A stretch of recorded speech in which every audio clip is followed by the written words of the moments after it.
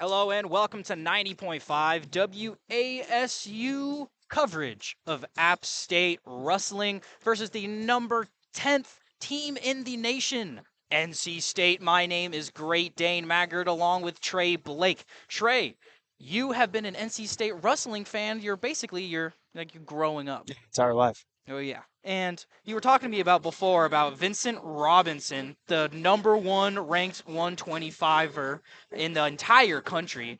And how does he wrestle? Dude, he wrestles like he's not gonna wake up tomorrow. He wrestles like today is his last match. Every second is his last second. We see him right now. No one's gonna talk to him. He's sitting there.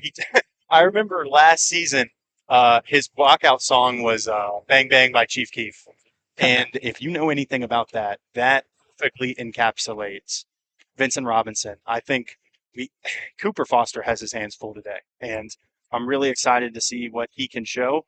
But as growing up a state fan and a wrestling fan in general, I'm just excited to see the number one wrestler in 125 division wrestle today.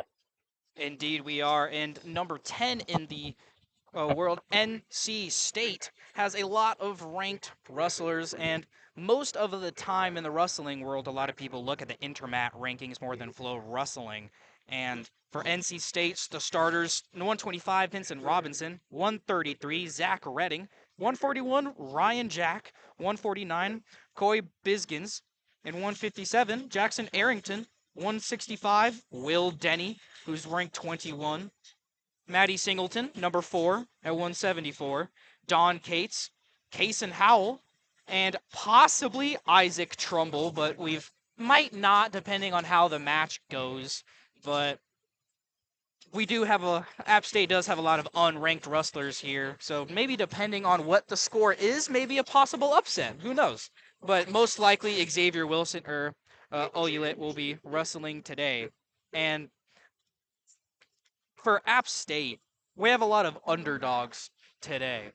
What is the possible chance that App State can get the win today? Like the overall The dual overall, win, yeah, the overall it's going to possibility. take a lot. I think this team is ready. I think this team is very unproven. I think we're all kind of expecting somewhat of a rebuilding year here for head coach John Mark Bentley in his 15th or 16th year, I believe. But I think it's going to take a little. I think it's going to start at this 125. I think this is going to kick off the start of the match. I think if Cooper Foster can really get probably the biggest upset anyone would ever expect all year in the NCAA, it could cause chaos going on. I think the real matchup we're looking at here is 149, or excuse me, 133. We're looking at the redshirt freshman Jarvis Little against kind of a reeling Zach Redding here for this NC State Wolfpack team. Did not look good against Northern Iowa. Excuse me, I almost said Colorado. Colorado and Virginia Tech. So I'm expecting maybe Jarvis Little can get some momentum going. I think it's really going to start at these little weights, like I've been saying. Exactly. And the introductions for today, as Jarvis Little is out, and the App State starters, 125, as you were talking about, Cooper Foster, true freshman from Avery County, and 133, Jarvis Little, redshirt freshman. We saw a little bit from him last year. And 141, Aldo Hernandez was the starter for last year. And 149, Caden Keyser, who is Flow Wrestling ranked number 31. And 157, Jeremiah Price. Jeremiah Price was ranked before the Mountaineer Open, but due to his finals loss, that kind of kicked him out of the top rankings. And 165, Anthony Canetta. And 174, Colt Campbell, the absolute wrestling name in the world, Colt Campbell. And 184, in his first duel back in a year, Tomas Brooker, who is ranked 33 in the world at 184 for Intermat rankings, redshirt sophomore. And speaking of Tomas Brooker, how important is a win in his comeback match? Well, I spoke to Tomas after the Mountaineer Open last week, and he just said it's just good to be back on the mat. You know, that's the most important thing is just getting his legs under him. I think all he needs to do, a win or a loss, is to stay competitive. I think that we see a lot of this, and Coach Bentley has said that a lot of these wrestlers can kind of take a while to get into their flow. and into their match a little bit, maybe because of mental problems or other things. But I think Tomas, he's such a quiet spoken guy, right? His wrestling does the talking for him. And I think we're going to see that today. And I think it's going to set the tone for not only this match, but his season as a whole. Exactly. And Tomas Brooker, former NCAA qualifier, was out the last year due to an injury. Very sad to see in the world of sports. And in the next weight class, 197, Logan Eller. And in the 197 area has kind of been a void in the offseason. Like, who's going to fill this role? And it seems like it's for sure going to be Logan Eller this upcoming season, as last year it was NCAA qualifier Carson Floyd, who then transferred to Iowa State, who sadly he doesn't get that much playing time there. But, good to be in that tough brackets and get that experience.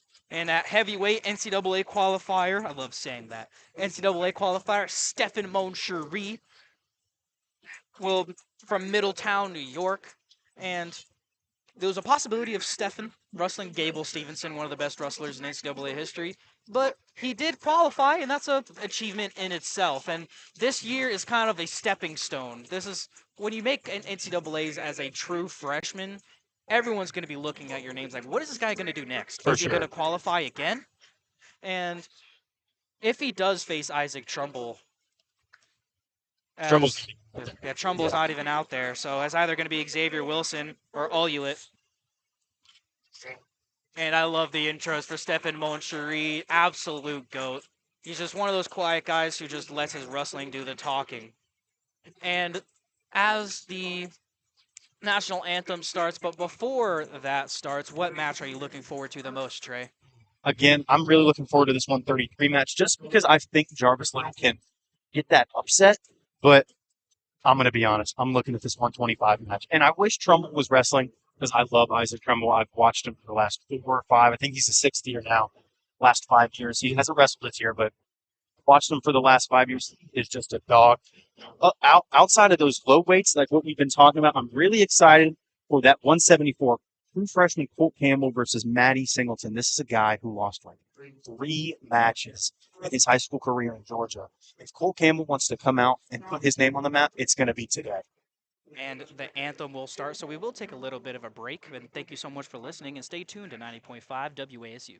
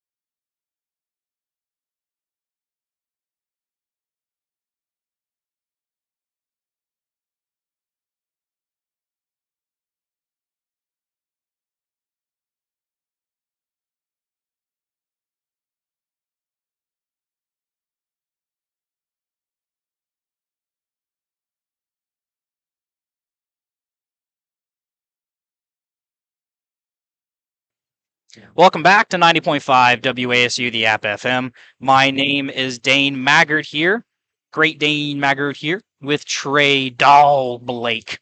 And as we start at 125 for App State versus NC State, 125 for App State, Cooper Foster, true freshman, facing redshirt sophomore Vincent Robinson, former NCAA qualifier and number 1 ranked 125er in the country. Don't get that twisted, Dan. He is a national champion. Yes, He's national a national champion. champion for a reason. Exactly. And Vincent Robinson is such an aggressive wrestler. And Cooper Foster, he deals with his own aggression. So, how do you think Cooper Foster is going to hold up in this match? I think I've been saying it depends on how he starts. Vince is going to come out and just wrestle his match. It doesn't matter. Vince could have anyone in front of him. He is going to wrestle his own match. It doesn't matter. Cooper has to know that, hey, you're going to wrestle Vince Robinson's match. Just be the better Vincent Robinson wrestler, in a sense, you know? Exactly. And as this match starts, both men in neutral. Mostly just hand working. Cooper just circling Vincent Robinson. Oh, we see a shot attempt from Cooper Foster. Knee deep in the takedown. And Vincent is defending cross-facing with his might. Having the whizzer in there. Trying to defend out. Vincent Robinson, nothing is happening yet. Cooper Foster holding dear life to that leg. John Mark Bentley saying, finish it, finish it. And Vincent Robinson defending. Cooper Foster trying to circle back. Trying to defend, and they will go out of bounds and start neutral. Cooper Foster almost had a takedown there. Oh, that was kind of crazy, Dan. I did not expect him to go out and start on the offensive. But wow, what a great start from Foster. And Cooper starting out, and Vincent kind of going to all fours in a spider-like tactic. A lot of wrestlers will do this to either throw their opponent off or just to be low. And Cooper will try to go for a hand swipe on the head, but it hits Vincent Robinson's eye. And they will still give a little bit of a time as both men go to neutral, and he probably doesn't like that. And Cooper and Vincent goes out extremely aggressive, like we've known him for. Gets 2 underhooks in immediately. Cooper trying to defend against, tries to throw, and no points have been given yet.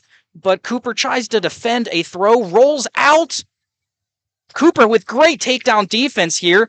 But Vincent Robinson has a leg trying to circle around, has the ankle, has one ankle inbound, so no out of bounds just yet. Cooper trying to defend, but will the referee call a stalemate soon?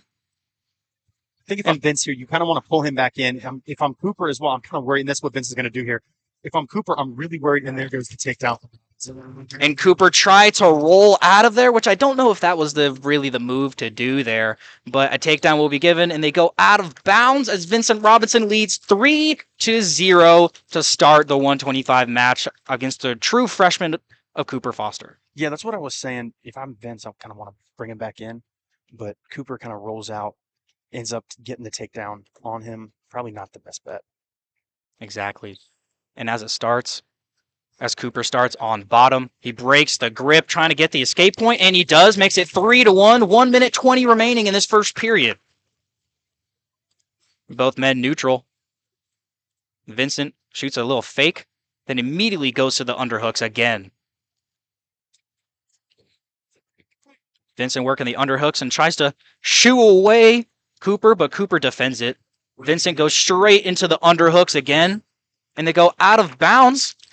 This is a lot closer than I was expecting, Trey. I think this is a lot closer than anyone was expecting. I think the only one who was expecting this was probably Cooper Foster and John Mark Bentley as they conversate a little bit. Bentley just says, "Hey, circle a little bit. Keep him going. Keep him on his toes." And Vincent immediately out from going out of bounds shoots a takedown attempt, but Cooper sprawls, and both men are just neutral, hand fighting, circling around, trying to find an opening as Cooper gets his hand free from Vincent. Vincent trying to work those hands also. Both men neutral, just trying to figure out where's a weakness. And one is found as Robinson grabs an ankle pick, an outside ankle pick, but no takedown has been given yet. Cooper holding on to that whizzer, but he lets it go, and Vincent gets on top for another takedown, making it 6-1 with 15 seconds remaining in the first period. Vincent shooting that half and going to the complete opposite side. With 5 seconds remaining, Cooper trying to get a last-minute escape point, possibly. And he will not get it. He was very close, but it is 6-1. Vincent Robinson leading by 5. Vincent kind of was way more aggressive towards the second half when Cooper showed a little bit of a fight in the first couple minutes. Yeah, Cooper left that left ankle kind of open a little bit. Vince saw it and just went for it. And hey, that's what national champions do. I think we're going to see a lot more Vince on the offense. I wouldn't be surprised if he lets him get up here. I mean, that's just Vince's game. And App State will choose bottom for Cooper Foster. Cooper Foster trying to break Vincent Robinson's hands free, trying to get that escape point. But Vincent tries to go to a front headlock attempt from the side, controlling Cooper Foster's back leg, but just gives up on it, and Cooper Foster gets the escape point to make it 6-2. John Mark Bentley screaming at Cooper Foster. Cooper trying to work some hand fighting here with Robinson. 6-2. Robinson leading by 4 with 1:25 remaining in the second period. Cooper Foster. Both men shoot at the same exact time. That is not very frequent, but the rare occasion is very awkward to do. And both men hand fighting. Vincent Robinson tries to go for a duck under, but Cooper defends it. Vincent goes on all fours again, trying to be the lower man, and Cooper tries to match him with his hand on the ground. Vincent Robinson gets up in his normal stance. Cooper kind of shoots a fake. Vincent not falling for it. Both men in the tie-up. 50 seconds remaining in the second period, leading 6-2. Vincent shoots a fake, and Cooper Foster sprawls heavily. Both men still in a tie-up, trying to get underhooks advantages. Vincent Robinson circling around. I think he was complaining to the ref a little bit earlier about possible stalling. But Cooper giving good fight in the second period. 30 seconds left. And Cooper, both men in tie-up. The referee saying both men need to start working or they're going to call a stalemate. And they do. It is a stalemate and both men will start neutral. We saw a little bit of a complaining there from Vincent saying Bryce wasn't really doing anything, but he was mostly just defending and circling around trying to work hands. Yeah. I'd like to see Cooper really take a shot here. We saw that shot attempt go, and then, both men kind of ran into each other. I'd like to see him get more on the offensive. Yeah, with the second period kind of remaining, Vincent Robinson, I don't really think is taking Cooper Foster very seriously. Cooper shot a good amount of fakes, but he's not really falling for it. And that last 10 seconds was like, I dare you to shoot a takedown on me. And with 6-2, third period will start with Vincent Robinson on bottom, Cooper on top, and Vincent gets out of there immediately. And now it is 7-2 with 1:50 remaining. Vincent working Cooper's head and shoots a takedown on Cooper, and he gets the 3 to make it 10-2. And Cooper tries to escape, and they will go out of bounds and start back in the middle. And Cooper will start on bottom. And we see a little bit of a limp from Vincent. Do you see what I'm seeing? He's kind of taking a breather here real quick. This could also be just classic Vince mind games. Okay, well, that's not a mind game. He's actually limping. So, yeah, if you're NC State's coaching staff, that might be a little worrying. But NC State's got depth all up and down this lineup. As we saw, 8 out of their 10 matches have oars, and they've got 5 stars up and down. So, but obviously you want Vince still in the game, but you don't want an injury forfeit either. Exactly, and as they start back in the middle after going out of bounds, Cooper tries to sit out, escape the hands, but he goes back to all fours, and Vincent trying to work that front headlock again, but is mostly just bringing both of Cooper's left arm back to go to his back. Less than a minute remaining in this period. Cooper Foster just trying to not get pinned here, honestly. But Vincent Robinson trying to work Cooper's left arm, and Cooper has Vincent's left leg. And we see Cooper Foster trying to split the gates in the back, trying to get a takedown on Vincent Robinson, national champion. Even a takedown here would be a bit of a success for the true freshman Cooper Foster. 30 seconds remaining in this match. He tries to circle behind. Vincent's holding on to that leg. Is that a takedown? Trying to crossface. Will it happen? Cooper, both men have a leg. Cooper trying to crossface around. John Mark Bentley trying to get a stalling call somewhere. Or a reversal, trying to get that reversal.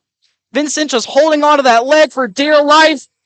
And no 3 will be given, and Vincent still holding on to that leg even after the match is over. And Vincent is kind of mad here. The true freshman gave it a good battle. What do you think of that match there, Trey? I'm absolutely floored there was not a reversal call. I felt like there for at least half a second that Cooper had him in full control. But man, 10-2 against the national champion. I'm gonna be honest. I thought he was gonna come in here, and when Vince had those arms in, I was like, all right, it's over. He's getting pinned, but he doesn't. It's a major decision. But I mean, at the end of the day, a 10-2 match, and you get momentum at the end of the match too. That's a win for Cooper Foster. And honestly, as a true freshman, that's a win for this coaching staff moving into SoCon play and further tournament play. I'm super excited after what I saw from Cooper Foster. And after losing by points in a major decision, I believe, since it is 8 points, the NC State will start with 4 points to lead the total team score. And at 133 upcoming is Jarvis Little, the redshirt freshman, versus 126 ranking at 133, Zach Redding. And Redding hasn't had much success in the past recent weeks.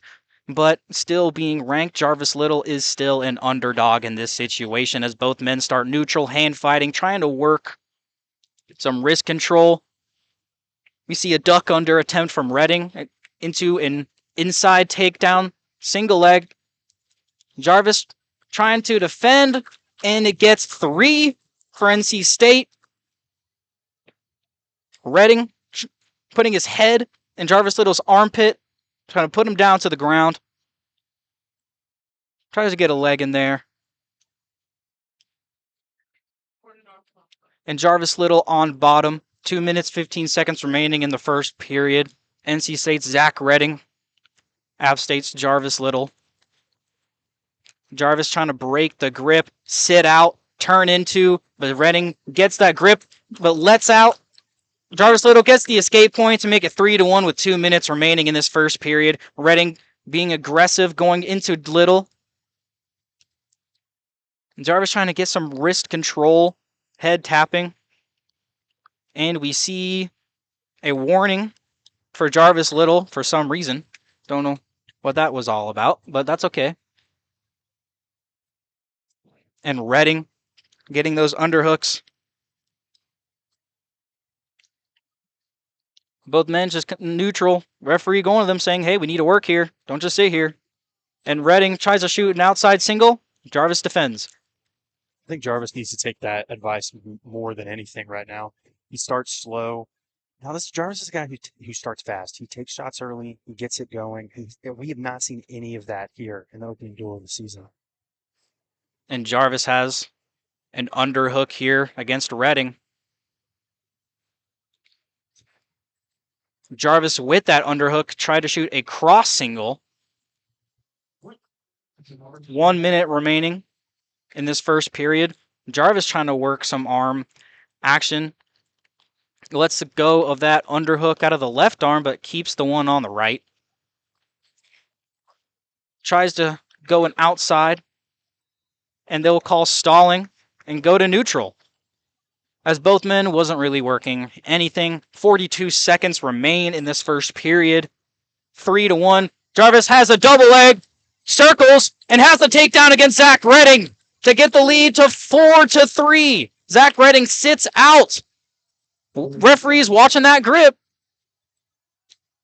And as when you're on top, try to circle around, and Redding gets that single leg, and John Mark Bentley is very upset.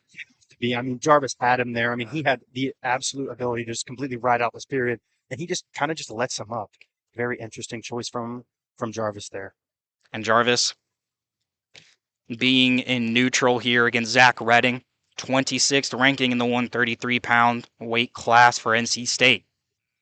And that'll be the end of the first period. John Mark Bentley, coach for App State, going to Jarvis Little saying, hey, keep up the good work, keep up those takedowns.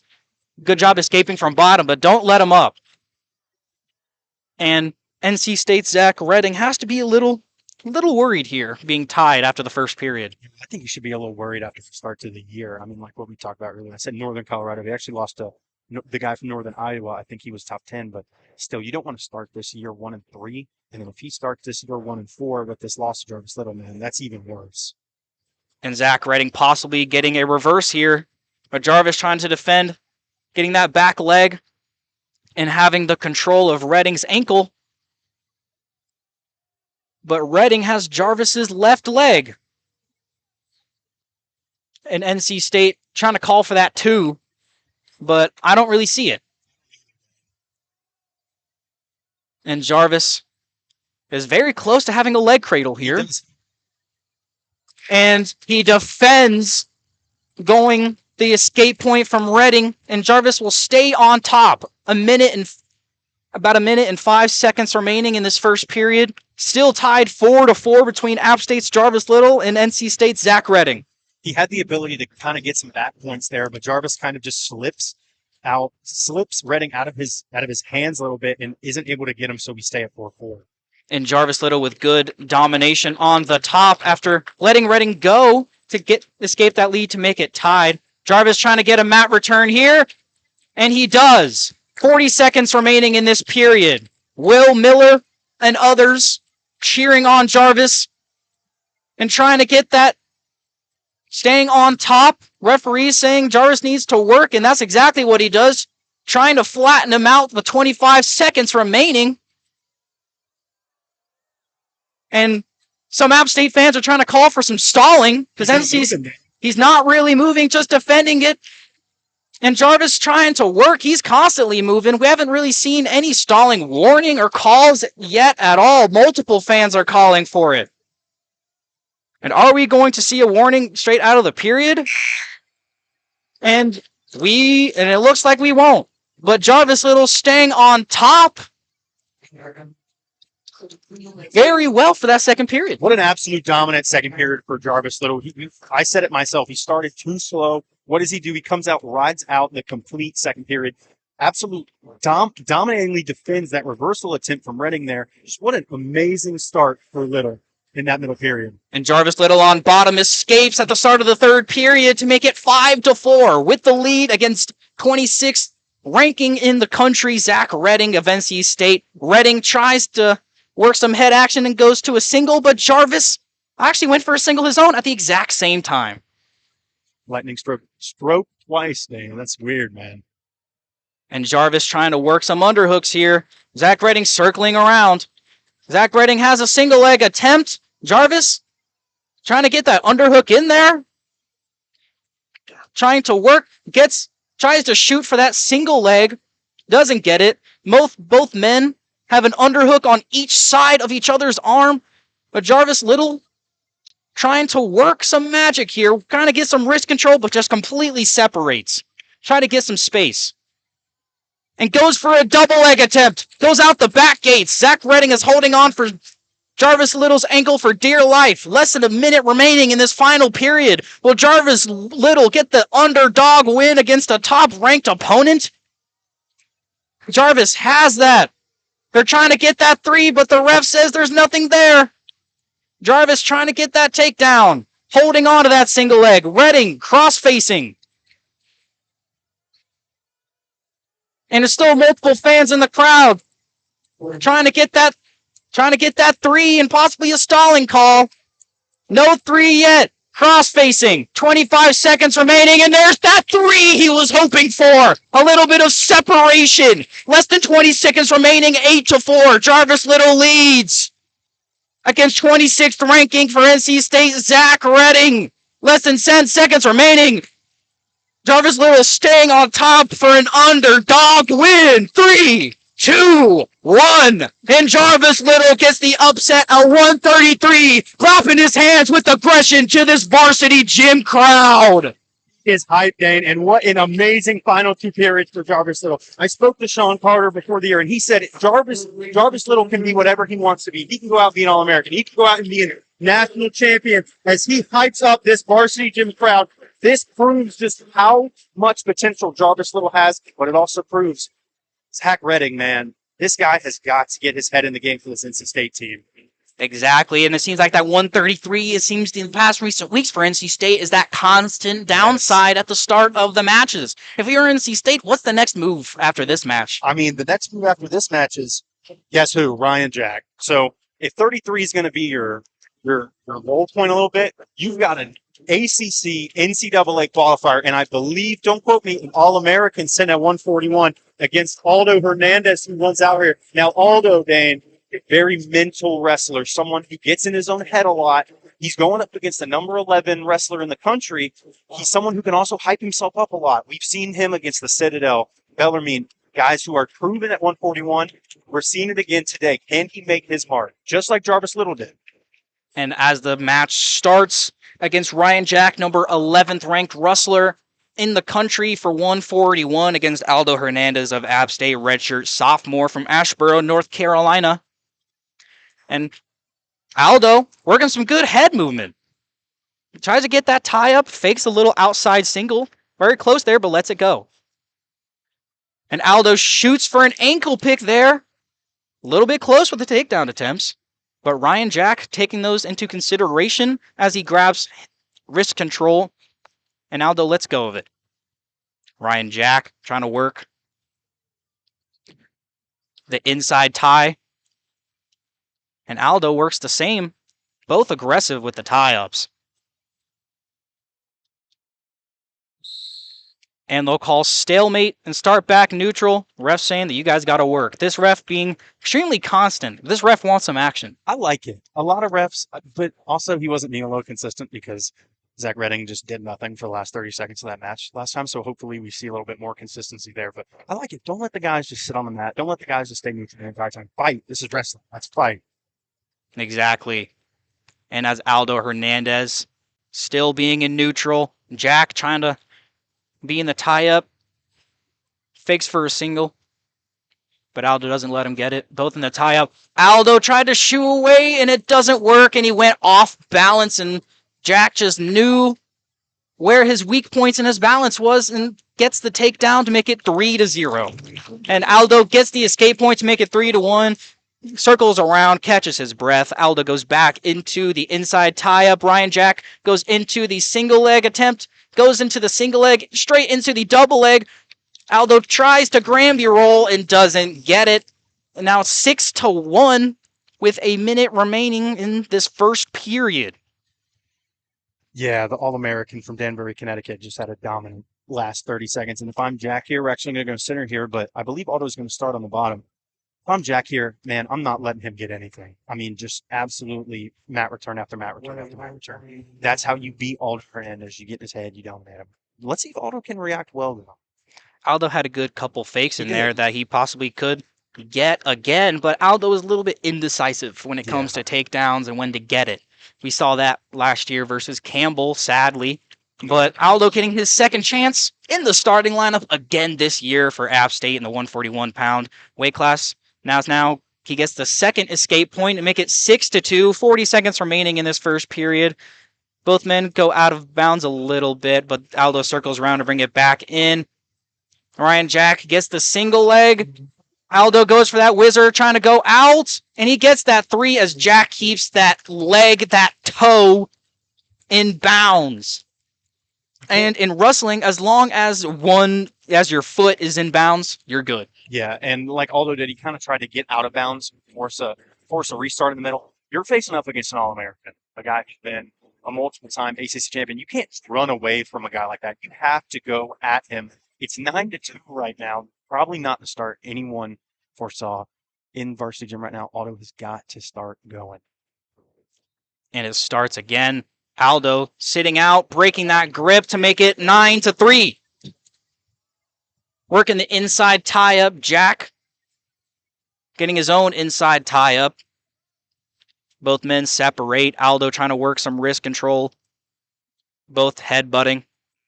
And that'll be the end of the first period. The score is 9-3. NC State's Ryan Jack will lead by 6. App State defers to NC State, and they will choose bottom. Ryan Jack start on bottom for the second period. Yeah. What does Aldo need to do to stay in this match, Trey? I mean, he's just got to take a shot. It just feels like he's constantly on his back foot. He's constantly going back. Hey, we need to go back to center. If he's on that outer skirts of this block A right here, hey, we need to go back to center. Just go for it, dude. You're 9-3 down. Just go for it. Jack's going to get an escape here shortly, but maybe not. He does, but just go. Like right here, just go. Just do it. If you go down 13-3, who cares? Just do it. And as I look from John Mark Bentley on the outside as Ryan Jack gets an escape point, you really hate John Mark Bentley's hatred towards escape points. I know. I mean, like, I get it. He really hates the escape I points. get it, but you also need to create points. Yes. You're not going to win 9-3 down by just riding your man out. And I also get it because you kind of want to bring his ride time down because it could cause, tech falls, major decisions to crop out. And, it's a 4-3 scoreline for Team Score right now. If Jack were to get, 2 more takedowns, this match is over. So. And Aldo shooting fakes, but Ryan Jack after the second fake just kind of just stays in place like, you're gonna shoot? You're gonna be there? And he does. Aldo shoots but doesn't get it as less than a minute remaining in the second period. 10-3. NC State's Ryan Jack leads by 7. But the problem is, how many shots has Aldo taken all match? Is that his second one? Yeah, that's his second one out of like 6 fakes. You're not going to beat the number 9 or 11 wrestler. Number 11, like Ryan Jack is by taking 2 shots all match. And both men in a tie-up. 30 seconds remaining. Aldo tries to get a shoe away, but Ryan Jack not allowing it. Both head-to-head. Trying to get inside tie-ups, working angles. Both men circle around. 20 seconds remaining here for Aldo Hernandez to try to get some last-minute points. Tries to shoot a double leg, but Ryan Jack stuffs it. Ryan Jack has his own single leg. Trying to circle around. 5 seconds remaining. Aldo trying not to let that 3 happen. And went 2-1, and no 3 will be there. And it'll be 10-3 at the start of the third period. Where's that defense been all match for Aldo? Who finally catches Jack kind of in that head cradle position. Great defense there, but where was this 5 minutes ago, Dan? Way too little, way too late. He still does have 2 minutes, though. He has time. Yes. But it needs to come now. And I'm worried that Jack is just going to ride out this period. And that is a possibility as Jack has 15 seconds and counting of top riding time. And Aldo Hernandez escapes to make it 10-4. And the App State fans just screaming at Aldo to make his move, shoot a takedown. And Aldo works the inside tie-in. Trying to grab Jack's bicep, try to pull it towards him for a little bit of separation. And Ryan Jack shoots the double leg. Aldo goes away, doesn't get it. And Jack is a little visibly frustrated after not getting that takedown, trying to get that tech fall. Sure, he wants it. I think that's why we kind of saw him give up that escape to Aldo. He wants these extra points, that tech fall, that major decision. Aldo's not giving it to him, though. He's done a really good job. I said it was too little too late, but hey, you're causing non-bonus points to happen if you keep wrestling how he has been wrestling. And 1 minute remaining in the third period. Aldo Hernandez stuffs a takedown again from Ryan Jack. And good takedown defense from Aldo Hernandez if you're in this match. Jack was knee-deep in a couple takedowns and haven't had it. For sure. If Aldo had kind of average to below average takedown defense, this already be a tech fall already. Oh, yeah, it would have been a tech fall in the first period. And Aldo on his back foot, but shoots a single leg, and Ryan Jack shoots a defensive single leg after Aldo Hernandez's attempt. With 30 seconds remaining, it is 13-4. Ryan Jack trying to work some wrist control, work some tilts, trying to get some back points in the last 15 seconds to possibly get a last-minute tech fall, but looks like he's just going to ride it out on top. Yeah, a little too slow from Aldo. Went for a takedown. You saw Ryan Jack kind of hit him with a basketball crossover. Where am I? All of a sudden, he's on your back, Aldo Hernandez. And with a minute in riding time that Ryan Jack has, that'll make it 14-4. And Aldo Hernandez stuffed a couple takedowns there from All-American Ryan Jack. But good fight from Aldo. But what does Aldo need to improve on? Because he had a little bit of a fight there in the first. He had really good defense, but the offense was non-existent. I believe he did have that one takedown that Jack quickly escaped, but man, he had the ability to take down Jack there. But again, just way too slow for the All-American from Connecticut. And this next App State wrestler at 149, Caden Keyser, the 31 ranked wrestler on Flow versus Coy Bizgens.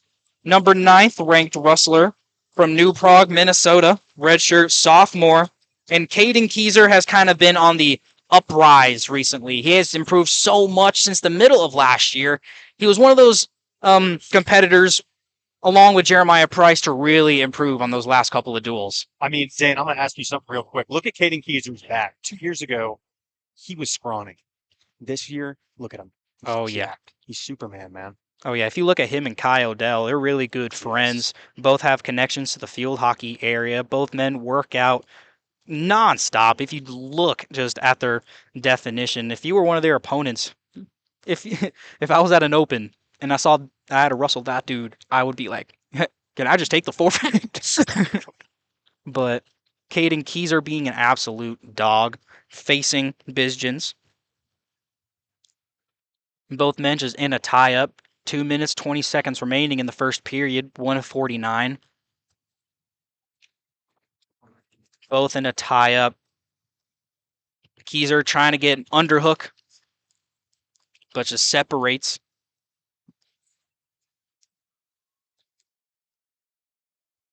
Both just grabbing each other's elbows. I think we're going to see a lot of what we saw last match. We saw a slow start from both. Bizgens is going to try and feel out Keyser a little bit. Keyser has told me he's just going to play his game. It doesn't matter. I spoke about how Vincent Robinson earlier is just going to play his game, and Cooper Foster needs to play around that. Caden Keyser doesn't care what game Bizgens is playing. He's going to go out there. It could be 13. It could be 13-2. Caden Keyser is still going to play his game. And Keyser had a little bit of an outside single. He was pretty deep in there, but lets it go to go into the tie-up. And feels like that he can get another one. So he lets go into the tie-up. But Keyser is a lot more of the aggressive side of App State. And for this matchup against NC State, that fits well. And I'm looking forward to see how this match plays out for the next couple of periods, as a minute and 10 seconds remain in the first period. App State's Randall Diabe going to Keyser saying, get moving, stay moving. You spoke about how aggressive he has been. He needs to start that now. You don't want to go into this match, no ride time, 0-0. Go into the second period, rather than match, 0-0, no ride time. Gotta get something here. Even if you give up a couple points, just go for it. Get something. And Keyser has the underhook against Bizgens. Tries to shoot a fake, but tries to circle around after the fake, but Bizgens is right there with him. Stays in front. 30 seconds remaining in this first period at 1:49 versus App State's Caden Keyser and NC State's Bizgens. Both in a tie-up, 15 seconds remaining. Bizgens shoots a takedown, but Keyser stuffs it.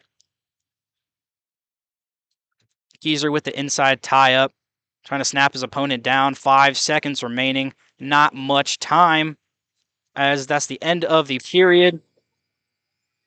0-0. John Mark Bentley saying good job with the takedown defense, but make sure, it looks like John Mark Bentley is saying to keep working with that inside tie-up and try to snap him down. But as Coy Bizgens will start on bottom of the second period, Keyser will start on top. Keyser instantly going for a tilt.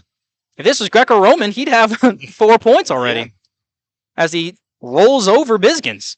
And Keyser on the opposite side of Bizgens now, having a leg in, working. He gets that leg out. Not sure if that was a good idea.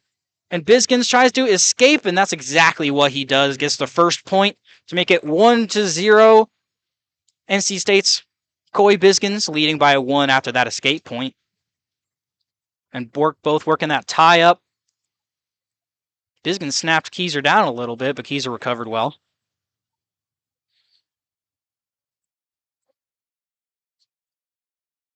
And Bizgens shoots a takedown, but Keyser retaliates, but sprawls. And both men will start neutral. Keyser working that wrist control and inside tie-up. Trying to go for his own duck under, but doesn't work. And Bizgens shoots a takedown attempt. Keyser has that whizzer, rolls, and defends it really well. What a defense!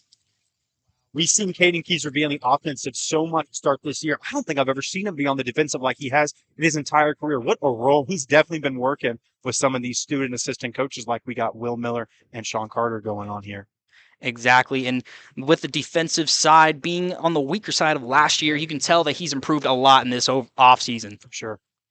And Keyser with the inside tie-in, trying to work some wrist control with 20 seconds remaining.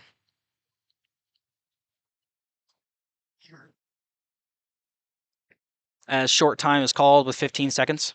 Now 10. Ref just saying, you guys need to work. And a short time as the second period expires, as this will be a low-scoring match. We saw this type of wrestling with Will Miller a lot last year, where it was mostly just escape points, and then whoever had the last takedown would win. Yeah, I think that's where it's going to come to right here. I think that's kind of the game Keyser wanted to play. You don't want to shoot too much and give Biskins the ability to really build up this ride time. Take a page out of Will Miller's book. Hey, a 4-1 win is still a win, and there's nothing wrong with that. Exactly. And as Caden Keyser gets the escape point off bottom to start the third period and is now 1-1 tied with 1:40 remaining in this last period. And Bulch is in the inside tie-up. Just more of what we saw in the first couple periods, but wrist control, mostly of what both wrestlers are looking for. And we see a little bit of an arm drag attempt from Coy. But Keyser stays in front and circles with him, and wow! One heck of a duck under from Coy. Keyser did not want to get put in that position there. It did not matter. The NCAA qualifier last year just gave him no room. Now what Keyser needs to do is get out and get out fast. He does that. Can he turn his defense into offense right now? If he gets a takedown, it's a 5-4 lead. And after the escape point, making it 4-2, Keyser looks for a takedown, but just goes back to the tie-up. Less than a minute remaining in this match. And Keyser with the inside tie. With Coy just on the defensive side, circling around, knows he has the lead. 40 seconds remaining. If Keyser wants to win this match, he's really going to need to work.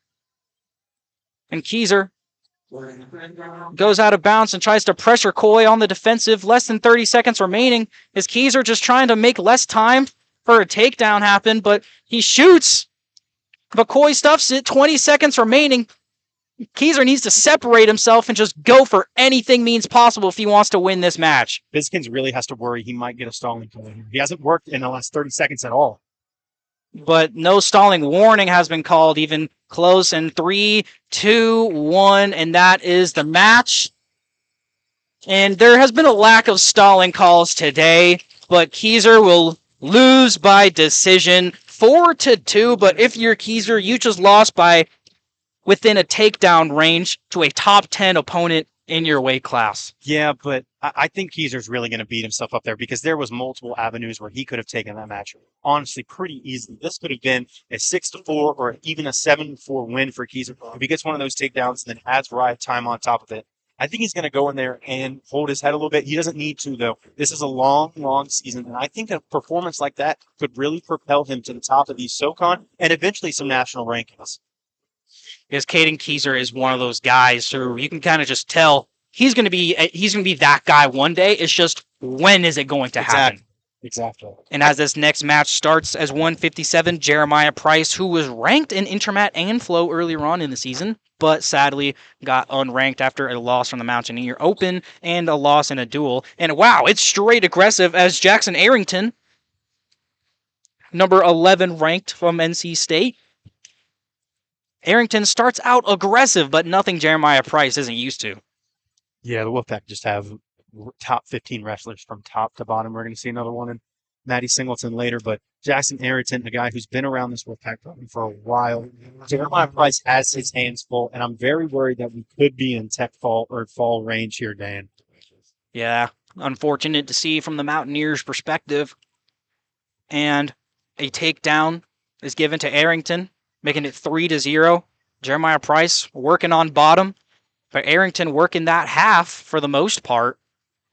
Just trying to keep top heavy here but also keeping weight on the hips, but also the ribs from Jeremiah Price.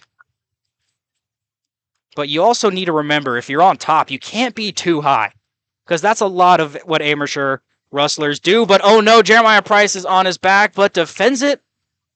I don't believe any near fall was called, and wow, 2 points of near fall was called, and it looks like Bentley will be challenging it as he's holding the brick. I think there was near fall points there. We saw him get on his back. I counted at least 2.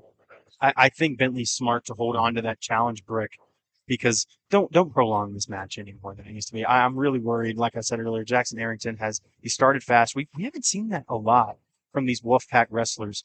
Jackson Arrington said, "Man, if my teammates aren't going to do it, I'm going to. I'm getting this 6 extra points for a fall here. Just make this harder and harder for this back half of this Mountaineer roster to come back." And Jackson Arrington leads 5-0. Arrington working, but Jeremiah Price just kind of sitting there. And the rest kind of been gracious for stalling for the most part on NC State's part, but the NC State fans in the crowd are yelling stalling, and the ref trying to work in. They're both complaining for a stalling, but neither wrestler's really doing anything. I think if anything comes up here, it's going to be a stalemate. And it looks like Arrington might get some more back points here, Dan. And both refs just saying need to work, but no stalling warnings have been given to either wrestler. But Price, and there is the first stalling warning of the entire duel. I don't see how Arrington is doing anything more than Price here. That just confuses me a little bit. And Jeremiah Price on a tilt, near fall points. Price trying to work, and that's 3 near fall points to make it 8-0 after the first period, and that NC State bench is electric. Yeah, man, they're always a bench that travels well. They're always a fan base that travels well. The bench is always going to travel. Excuse me for saying that, but, Price has to get going, and it's hard to do that when a guy is just, all over you. But interesting that Jackson chooses down here. I would assume that, you already got an 8-point lead, kind of dominate, but it's got 2.5 minutes of ride time. It's crazy, Dan. And right now, as Arrington tries to get the escape point, and he does, making it 9-0. The team score right now, Wolfpack leads 11-3.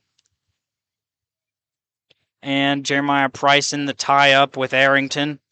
Arrington shoots a single, goes to the double, and Price just goes and bellies down and accepts the takedown. John Mark is just furious on the sideline. You see him throw his head back. Always an eccentric guy, John Mark Bentley, but he really did not like that. Jeremiah Price had a really good end to last year, has not really started it the way he's wanted to this year. I just want to see him go out with some pride here. That's the main problem. And Arrington being a borderline top 10, being right outside it, being 11th ranked. And Jeremiah Price, formerly being ranked, but after a couple losses is out. And after this loss, do you wonder if he will go back into the rankings anytime soon?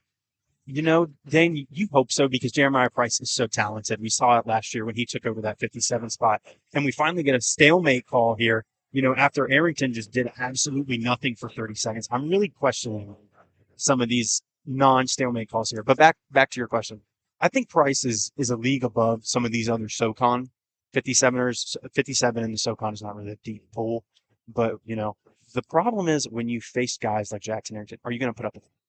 And he really hasn't here. That's the question. He needs to go back into the gym as John Mark Bentley gets even more furious that he just can't do anything here. This just looks like big brother, little brother in the backyard. And Jeremiah Price almost being tilted, and these NC State fans are hating Price right now. What is he supposed to do, though? Like, Arrington just has him in full control. He's working as the best he can. He just literally cannot do anything else at the moment. Yeah, and this App State side looks pretty dead. The only people talking is John Mark Bentley to the coaching staff. And Bentley stands up. And Jeremiah Price just sitting down. And that's the end of the second period. As the ref goes to Jeremiah Price, says, hey, you need to start working, bud. You're going to be on bottom again. Yeah, I think what we're going to see here from Arrington is he's going to let Price up, and then he's just going to immediately go at him for the takedown. Wants this tech fall. You saw it from the opening bell. You heard it from the opening bell. He's going to get it here, I believe so. And it looks like Arrington is working on top, trying to get those back points, going for the complete tech fall shutout, not even escape point possibly. That's just domination. That is just pure, I own you. I am better than you. And trying to work the tilt, almost gets it, but Jeremiah Price recovers and still on bottom on all fours. Price trying to work anything out, but Arrington flattens Jeremiah again. Arrington trying to work wrist control from the top, trying to work any tilt. Grabs Jeremiah Price's left wrist. It's really bad, Dane, when all the other media members aren't watching the match. Yeah, That's how disappointing. You know. Scott, but again, you want to see Price get some pride points here. Doesn't look like it, as Arrington has 5 minutes and 20 seconds of ride time, and he's going to get a stalling point, which is absolute. I'm sorry, Dan. I'm sorry. That's ridiculous to me. I get it, but Price was kicking his legs, and John Mark Bentley just trying to plead his case. Like, what is he supposed to do? His arms is flailing. He's trying to get out. He's moving side to side. 30 seconds remaining. And Price, and we get a stalling call from NC State. Period's too late. That's way too late. He was stalling in the first period. He's been doing that move where Price is just on his belly in the min mat, and he's just kind of getting the hug motion, just like, what? You got to work. You got to work more. I understand he's working the wrists, but you got to do something more. And they're letting Jeremiah Price immediately get up as he gets the immediate escape point, 13-1. 20 seconds remain, trying not to get that tech fall and just go to a major decision. And Price working in the tie-up, just waiting. It seems like he's given up, and Arrington still going at him, trying to make Price go for the first move, but Price isn't working anything. He's kind of just given up, and that's the end. And that's a major decision win from Arrington. And Arrington not even talking to Price. Price tries to, shake hands and pat his back, but Arrington's kind of like, what are you packing my bag for? But Price goes, good sportsmanship, and shakes NC State's head coach, Appalachian State. But as we go through to the bottom, that chances are slipping and slipping away. From 125, Cooper Foster putting up a decent fight to the former NCAA national champion at 125, putting up a decent fight there. And then it goes to Jarvis Little, putting an upset against the 6th-year senior in Zach Redding. Good upset there, so maybe Jarvis Little will have his little taste in the rankings, but Redding, a win from Redding hasn't really meant so much these past couple of weeks. And Aldo Hernandez having a major decision loss against Ryan Jack, and Caden Keyser having a close loss against Coy Biskins, and Jeremiah Price will lose in a big margin to Jackson Arrington, NCAA qualifier and All-American. And with these next upcoming matches, it will start with 165's Anthony Canetta for App State and goes to Will Denny, 21, ranked true freshman, ranked Will Denny.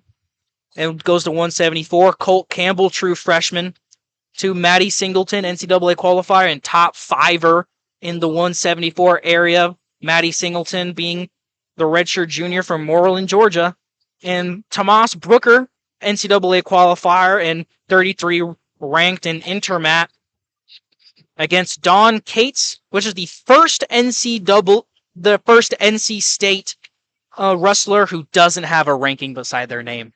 Yeah, that's kind of heartbreaking a little bit. But, good fight from Keyser. and Little there. I'm not gonna sugarcoat it. Not surprised by the Aldo Hernandez outcome. Very, very surprised by the Jeremiah Price outcome. I think Anthony Canetta, though, has a really good opportunity to get an upset victory. We might see Jason quake a little bit for NC State. We saw him last week in the Mountaineer Open. But I think this 65 match is really good. Canetta is someone who wrestled at 57, a little bit at 65 last year. To come into this season has just looked phenomenal in this 65 spot. If I'm not mistaken, won first place in the Mountaineer Open last week. If not, he was definitely in a close second. So I'm really looking at that 65 spot. That 84 spot's going to be a really good match. We're definitely not going to see Isaac Trumbull in the heavyweight match. So I think there are at least 3 winnable matches here. 97 is still Logan Eller's the guy we've been talking about for a couple weeks now. This 74 match, though, this is a proof it point for Colt Campbell. Like what we were talking about with Cooper Foster earlier, you got Maddie Singleton, who could be just like Robinson. You know, Singleton is so good. Singleton is one of those guys like what we just saw with Arrington. He's going to dominate you. He's going to come out, he's going to tech fall you, and he's going to let you know that he's doing it. But Colt Campbell has been really good. If I believe I'm correct, he made the finals at 74 Mountaineer Open last week, had a really good Southeast Open to begin the year. I'm excited for the 74 match, but I'm also kind of scared that we're going to see the same outcome like we just saw with Price. And with 197 being the void for App State, but it also kind of is a void for NC State also, is that missing area. And for Kason Howell and Andrew Machiavello, what have you seen from either wrestlers? Machiavello's been for the team for a while now, but hasn't really had a time to shine. Neither guy has done anything. This has really been this has been a hole at 97 since Trent Hidley graduated a couple years ago. This is really a spot. I mean, I believe it was Christian Knopf last year from Wolfpack.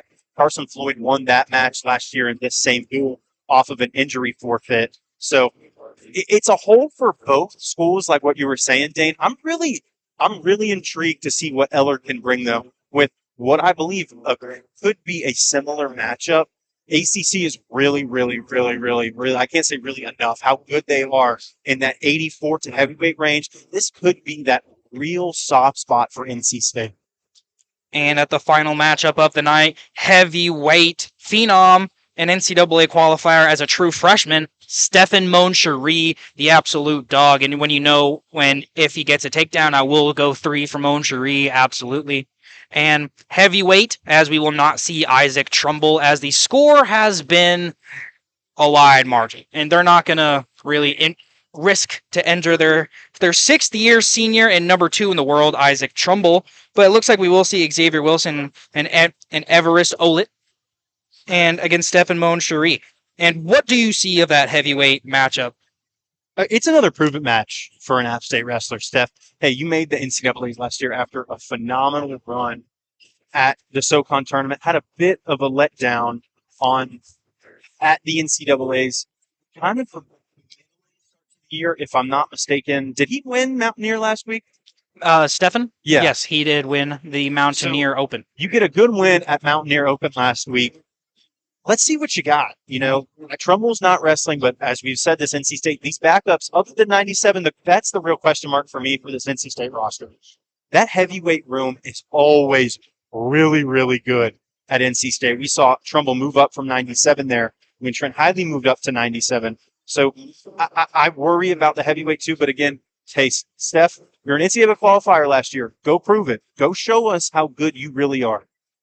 And as the second half of this duel will start in 4 minutes exactly. And as we will take a little bit of a break, drink some water, talk some things over.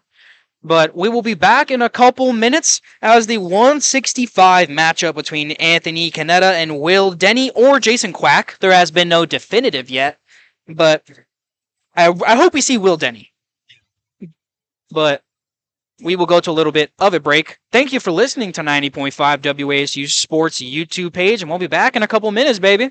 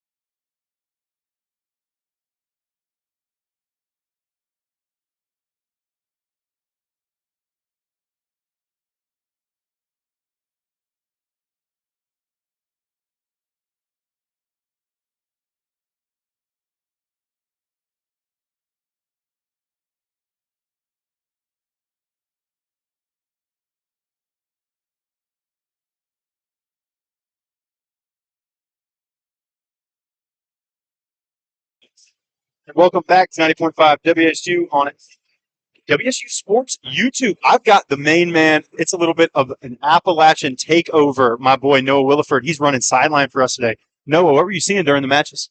Yeah, man, they say in wrestling there's 5 forms of defense, right? It's hands, head, shoulders, hips, and funk, and man, it's a lot of funk out there tonight, dude.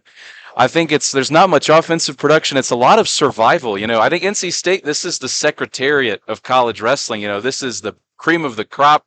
And right now it's not about winning. It seems to be about survival with the Mountaineers, which is really unfortunate, because we've gotten pretty close. Cooper Foster, great match against Vincent Robinson. We're only looking at 6-2. That's a great game for a freshman. I think it's a matter of just, do the Mountaineers want it? Do we want to win? Do we want to create this offensive production? We know we have. And we'll see what happens as we get up into these heavier weights. Now, these things are going to get a little bit more explosive as the guys get bigger. I think it's going to be great. So true, Noah. Thank you so much for joining us Hey, thanks, on guys. this halftime report. Shout out the Appalachian man. Always of young life. Life of the young life. Life of the young life. The Got young Dane life. back here. Oh, yeah. 65 Dane. Oh yeah, we back. What do you think of the senior from the Reserve Junior, Anthony Canella? Anthony Canetta, he has a lot to prove as he's not really had.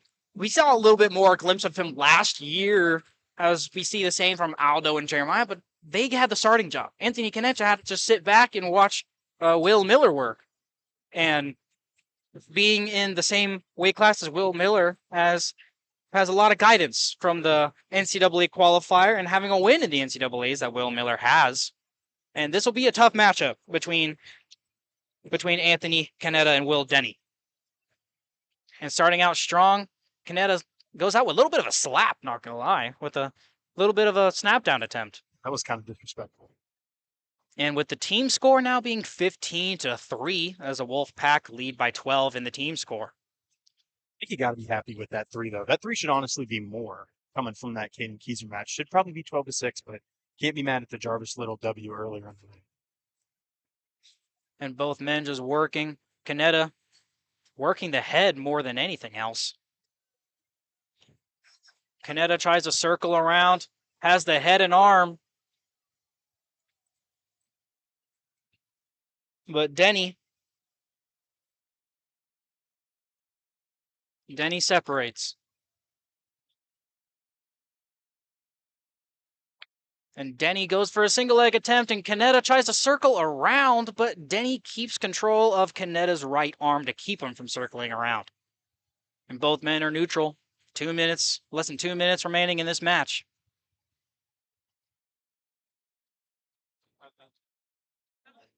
Mostly just see some snap down attempts and attempts for wrist control, but Canetta really working those head taps to really confuse Denny.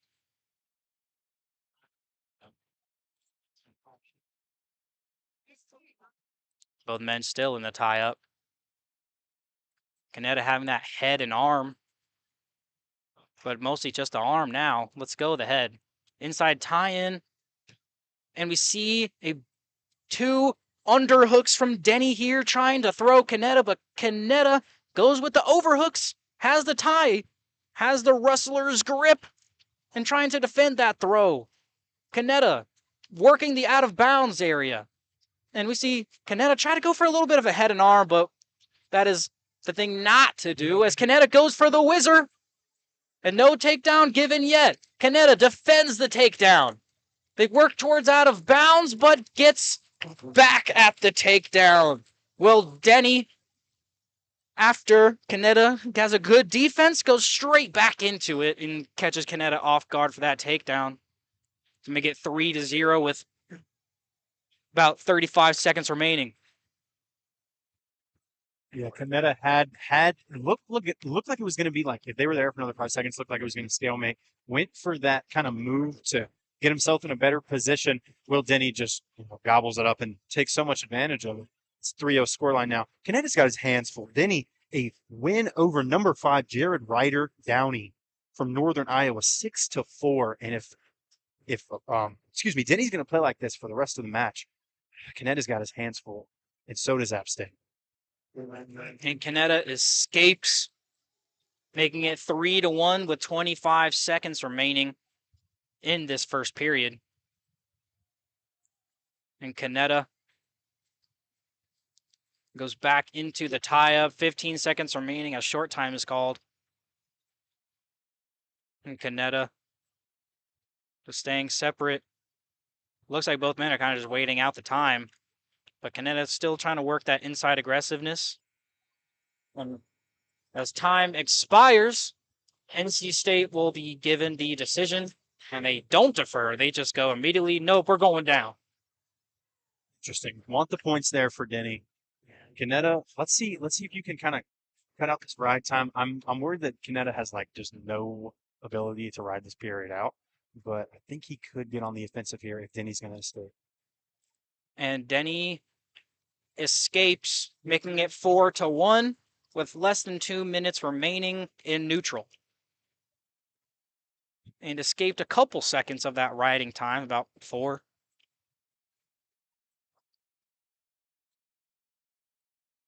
And we see a takedown, single. And Kaneda trying to defend, trying to go out of bounds, trying to turn into, and they do give the takedown to Will Denny, making it 7-1. That's heartbreaking for Kaneda there. Had really good defense to start. No call from the official. NC State bench wanted it, and then he kind of just gives it up. I really thought he was going to be able to get out of that tough spell without giving up the takedown. And it's 7-1 down. You got 125 left in the period. Will Denny looking to just, get what he's being given. And Kaneda unable to stop that. And Kaneda on bottom is led up with an escape, now 7-2 in neutral. Both working the tie-up. Kaneda trying to work some wrist control, separates, goes right back into the tie-up.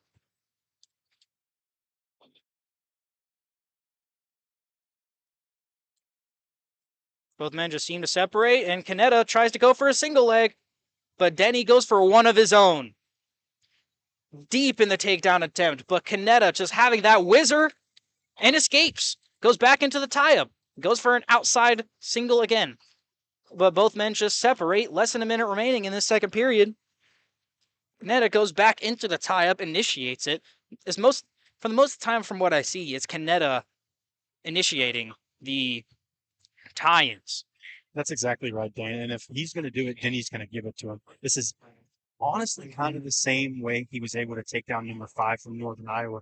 Play slow, let him come to him, and then just boom, out of the gate. Right when he's least expecting it, uptake him, get the takedown. And that's what he's been doing all match. And Kaneda going back into the tie-up as true freshman Will Denny tries to go shoe by. And Kaneda having that front headlock.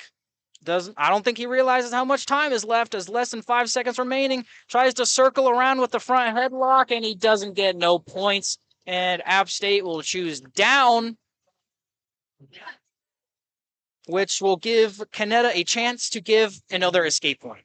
You're completely right. I think he was completely unaware of how much time was left. He finally got over on Denny's back, pointing towards the wrestlers in the student section, and then saw that there was 2 seconds left. He said, "Oh man, I got to go right back to the bottom." Wouldn't be surprised if Denny let him up. He kind of just gave him the escape.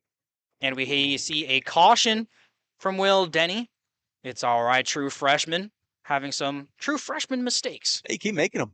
Keep making them. Let's make this a match. But now 7-2. Will Denny will be given a caution for starting a little early. And they'll start. Kaneda gets the escape point and make it 7-3. And Kaneda going for some wrist control action. And Will Denny trying to go for an outside single. But Kaneda tries to retaliate, but Denny tries to catch Kaneda off guard, but both men just separate into the tie-up neutral. And Kaneda, with the underhook, tries to go for a flyby, but it doesn't work. Both men just in the tie-up now, trying to work wrist control. Denny has the single leg deep in, but Kaneda has the ankle. Ref, no points given. And Kaneda just grabbing that ankle for dear life, trying to separate. Crossface, let's go, the ankle. And Denny, no 3 yet. And they finally do, as Denny will get the takedown to make it 10-3. Kaneda trying to break the grip for another escape point, and Denny lets him. Less than a minute remaining. Diaby being the main coach speaking right now. we kind of see that with John Mark Bentley is kind of more of the lower weights, and Coach Randall is more of the higher weights. Yeah, he's the associate. He's the associate head coach for a reason. Randall Diabe, super respected around Varsity Gym as he was, I believe, NCAA qualifier. I believe so. And Canetta trying to go back into the tie-up with 20 seconds remaining in this final period. Canetta tries to circle around, but Denny being good with that takedown defense. And we've seen no really type of success from Canetta other than a little bit of defense and some escape points. And Canetta has a single leg, trying to go to the double leg. And will any three be called? And that is the end, as no three will be given to Canetta as the match ends 10-4. Not enough riding time to make it 11, but that will make it, since it that is a 6 points loss. That will be a regular decision. That'll only be 3 points, so that's a little bit of a win for Canetta. Canetta got some escape points against one of the top ranked wrestlers, but I don't know. We've seen a lot of these what are these? Personal successes, but how much does it get for it's a personal success for everybody that they got an escape point? There's no success, and I'm going to be honest. This upstate coaching staff and this bench in total is super frustrating. And there's 3 matches that were super winnable for these App State wrestlers. We were talking about this is going to be a rebuilding year. This could be a difference in point total today. It really hasn't been. It hasn't been a huge skill level gap, and that's something that's really surprised me. But App State just hasn't capitalized when they've needed it. And Colt Campbell, true freshman, against number 4, Maddie Singleton of 174. Maddie Singleton is ranked 4 in the country right now on Intermat. And we see Colt Campbell with an immediate takedown attempt, but he's pretty deep in there. Tries to resort to the double, but doesn't have that grip anymore. And Maddie Singleton tries to circle around Colt Campbell, trying to go for that whizzer to not let any points happen, and they do, as Maddie Singleton goes for that back trip and gets behind Campbell.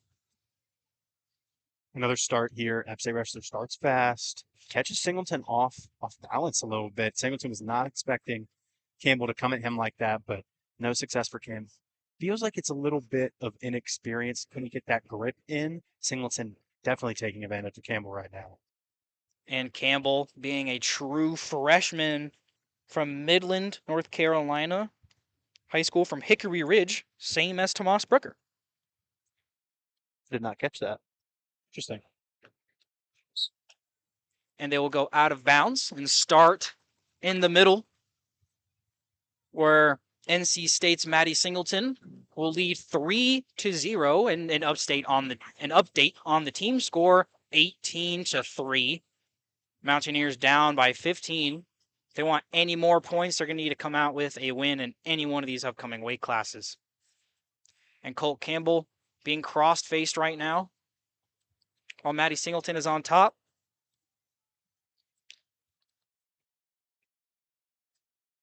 And Maddie trying to just drive and go for cradles for a split second, but Colt is not that dumb. And has an escape point, but Colt staying into the aggressive. He doesn't catch his breath at all. He goes immediate into the action. 3-1. You got to respect the aggressiveness, Trey. Oh, for sure. I mean, he's been super aggressive. Needed it from Aldo. Needed it a little more from Anthony last match, but don't get it. Screw it. Let's just give it to the true freshman. Let's him just go guns blazing, balls to the wall. Let's get a win over this number 4 wrestler in his weight class. And last year's 174 was Luke Giuliano, who was very close to qualifying for the NCAAs, being one of the reserves, but sadly graduated last year. But Colt Campbell stepping up, the true freshman at the 174, giving it a good battle so far. 3-1 right now against Maddie Singleton of NC State, with 30 seconds remaining in this first period. This is reminding me a lot of that Vince Robinson, Cooper Foster match. Vince starts fast, Cooper able to stop it, get on his own offense a little bit. Colt really doing the same thing against Maddie Singleton right now. Can't be mad at this first period if you're an App State fan. And Maddie Singleton and Campbell just in the tie up here, trying to find some type of weakness in the last couple of seconds in this first period. And it'll end 3-1 with Maddie Singleton, number 4 ranked in the country for NC State at 174, only up 3-1. And just calling him the number 4 wrestler is completely underselling it. 213-3 record, high school, NCAA qualifier, ACC champ, and an All-American last year at this weight. Just calling him, he's going to get a caution. Interesting. But just calling him the number 4 wrestler in the country, that is such an understatement. This guy is an absolute beast. Potentially better pound for pound than Vince Robinson, in my opinion. And Maddie Singleton, as you said, will get a caution for starting a little too early. And Colt Campbell trying not to let Maddie Singleton go, but it's Maddie Singleton. He got the escape point. Now up 4-1 as Colt Campbell is in the tie-up. Singleton has a deep underhook against Campbell's left arm. But Campbell gets it out. Colt Campbell deep trying to defend this single from Maddie Singleton. Singleton tries to go for that back trip, and he does. That is 7-1 now after that takedown, and now has over a minute of riding time. That's just pure technical class from Maddie Singleton there. Completely dominates Colt Campbell. Then guess what? Sweeps the leg, 3 points. We're building up more than 120 ride time for Singleton here. Man, the App State bench holding their heads again.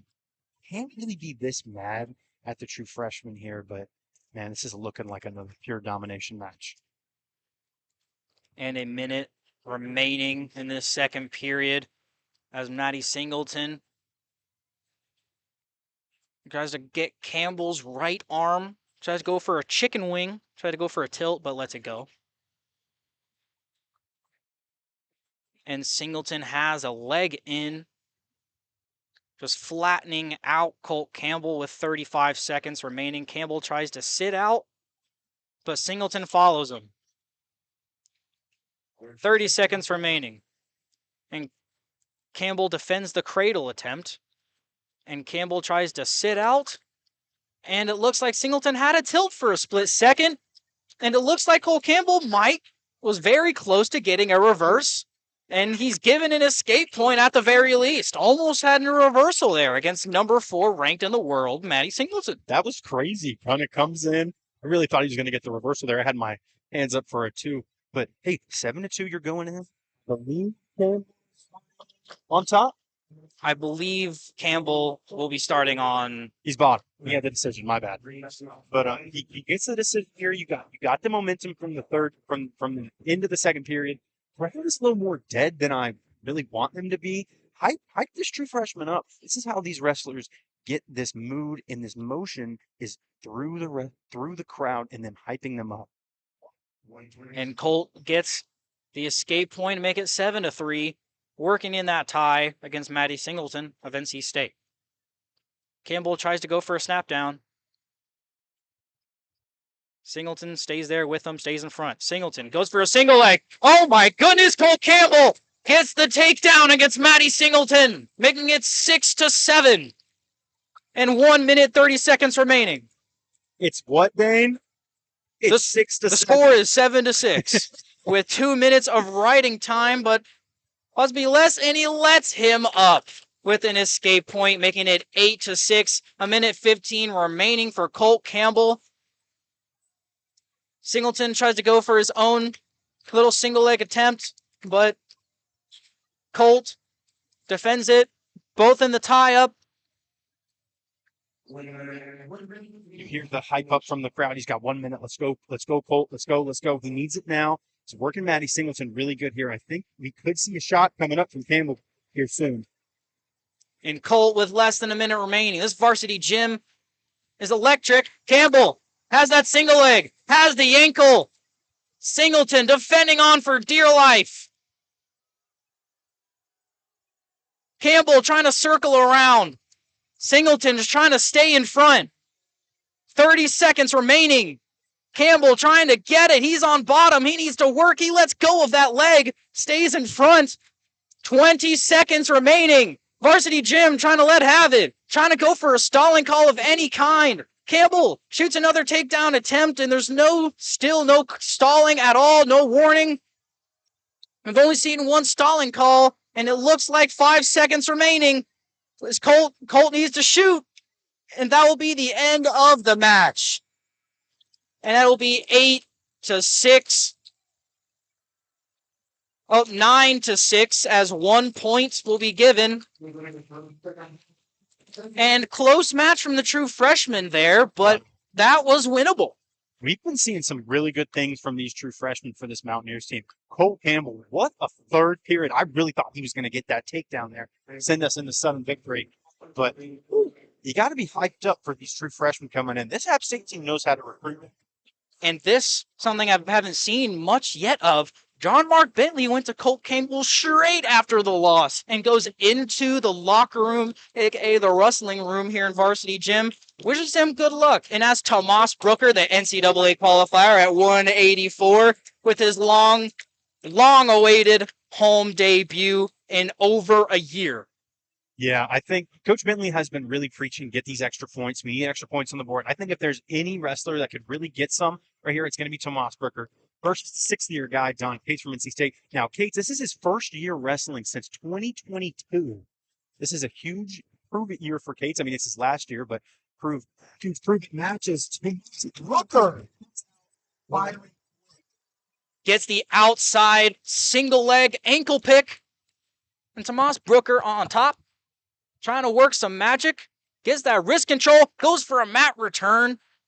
Goes for a second mat return, but Don Cates of NC State putting a little bit of fight into it. Good mat return as those legs slam, as you could probably hear that through my microphone. I feel like they could probably hear that in Central Dining. That was Tomas Brooker. Man, this feels like a really huge year for him. He's 33rd, I believe, on Intermat. He's ready. He looks more focused than ever. You know, Tomas is a very soft-spoken guy. I spoke to him after his win in the 184 class of Mountaineer Open. Just said he's just happy to be here. Happy for the fans to be back. Happy to wrestle in front of people. As you know, he did tear his ACL in Reynolds Coliseum last year in the same duel. And Tomas Brooker leading 3-1 after Don Cates gets the escape point. Immediately goes for that cross single. Varsity Gym trying to go for that 3, and they're not getting it so far. Tomas trying to circle around. But Don Cates has a good bit of grip of Tomas Brooker's head and arm. Surprisingly, a good takedown defense and grip from Don Cates. Yeah, Cates is a guy who's had a really struggle start to the year, beat 2 unranked opponents, lost, and they stalemate in the middle. I mean, talk about that is, and I've got to agree with Coach Bentley there. That is bad. Tomas Brooker, though, doesn't care. He goes straight to the middle, straight back to action. Yeah, Tomas Brooker doesn't seem worried at all against the 60-year senior Don Cates from Durham, North Carolina. And Tomas Brooker trying to work. And we see some App State fans say, where is he going? Where is he going? And Tomas Brooker, as both men work towards the middle of the mat. Brooker trying to work that inside wrist control. But Don Cates letting it go. Tomas Brooker tries to go for an inside snap to outside single attempt. But Don Cates gets it, escapes it. And both men start neutral, still 3-1, less than a minute remaining in this first period. Both men in a tie-up. One person. Each man had one wrist. 40 seconds remaining. Tomas getting that ankle pick, resorts to the double, and goes and finishes it to make it 6-1. Huge wingspan, Tomas Brooker, man. If he wasn't on the wrestling mat, he would be the best defender App State men's basketball might ever see. That wingspan has got to be at least 6'10". Just makes it so easy to just absolutely just take up Cates' legs as he's looking for more points here, possibly, Dan. And 15 seconds remaining, a short time is called. In this first period, Tomas Brooker leads 6-1 and gets 1 minute of riding time. And Cates trying to escape, but with a mat return down and no escape. In these last couple of seconds, just what John Mark Bentley's dream is, to not let a rustler up in the final 10 seconds to possibly get some last second points. It is now 6-1, start of the second period. Don Cates of NC State will start on bottom. Yeah, you spoke about it. Bentley does not like it when wrestlers let up those escape points. But back on this match, we've been seeing a bit of a switch in other matches. Brooker's just come out and dominated. Looks like Brooker could get a tech fall, maybe some extra points that Bentley's been wanting. And Don Cates trying to separate the hands of Tomas Brooker.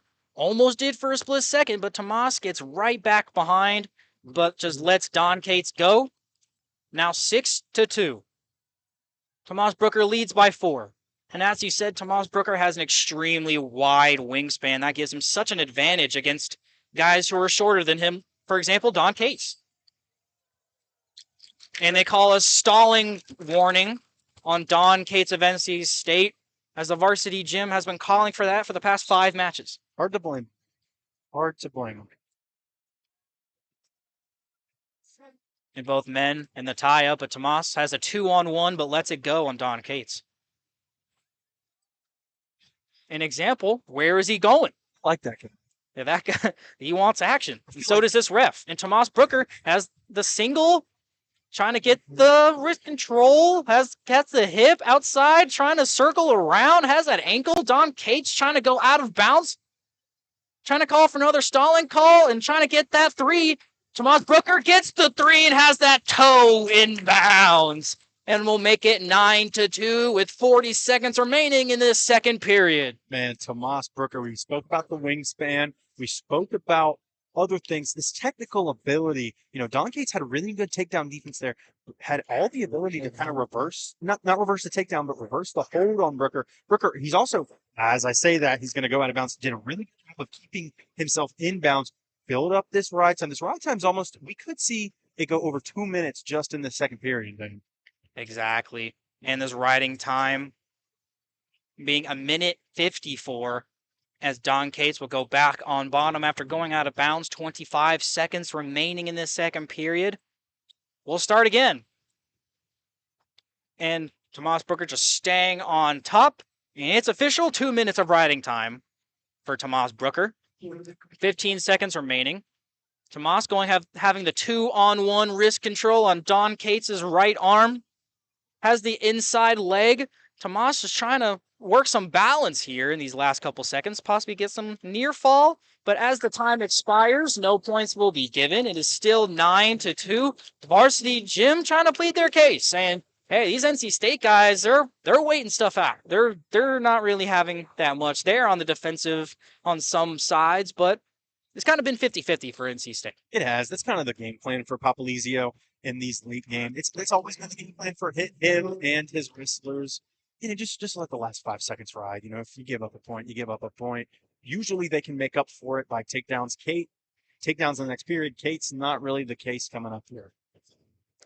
In Cates, trying to defend the inside takedown. Tomas tries to go for a single leg, but as Cates tries to circle around, Brooker grabs Cates' right leg, try to stop him from turning around or circling around. Brooker separates. Might have been the best decision for that possible tie up there. And Brooker, as Cates tries to go for an outside single, and Brooks goes for his own single leg attempt, circles around behind, but Cates having that whizzer is the only thing that's not keeping this from being a 3. Now 10-2, and if he gets this 3 and the 2 from the riding time, you might see a tech fall here. That's what you want if you're an App State fan. What you want is just all this match, all this hype, and all this excitement from Tomas Brooker back in a dual setting in Varsity Gym. It's really what you want. And Tomas Brooker having that front trip. No 3 given yet. And they'll go out of bounds and no 3 at all. And we see Drake Ackland, one of the wrestlers for App State saying, where's that stalling call? And Drake Acklin has a great story, but sad one at most. After having a couple years of wrestling, almost getting the starting job, but tore up his knee, and now no one will medically clear him. So now he's been more on the sideline as a coaching staff and actively wrestling, just trying to get his degree. And Tomas Brooker tries to go for that 3, and no 3 is still given, as they'll go neutral as they go out of bounds, but it's very close. Varsity Jim does not like what I said earlier, though. Tomas Brooker does not care. He's here to wrestle, and that's it. And you got to respect it. When I would ask wrestlers about that last year, Will Miller, Luke Iona was like, "Hey man, I'm the only one in the match. These fans can be as mad as And Don Cates has his own takedown in the last 5 seconds of this match, but the score makes it 10-5. Tomas Brooker will still win via decision, making the team score a little better, making it 21-6 as Tomas Brooker gets his first win in Varsity Gym in a duel in the first time in over a year. And Jean-Marc Bentley giving him some handshakes, but Jean-Marc Bentley's kind of telling him, you knew you could have gotten a tech fall there. Oh, for sure. And that takedown by Kate saves a major decision for this NC State team. It was a 10-2 scoreline, going to be a major decision there for Brooker, which, again, like what we've been saying, Bentley has been pleading in his wrestlers for good defense. I think Brooker probably felt like Cates wasn't going to be doing anything. And as Logan Eller hit a backflip on the scoreboard, wasn't expecting that one. He's coming out hype, but 5 scoreline for Brooker. Got to be happy for him. I'm liking what I'm seeing from him. I feel like that 33 ranking for him is a little underrated here, Dan. And I was not personally listening, but do you know if it's Howell or Mr. Andrew wrestling? I don't. But I was not. I think that's Machiavello. I can't. Don't quote me. Well, we're calling him Machiavello as Logan Eller has deep in a takedown attempt. Machiavello.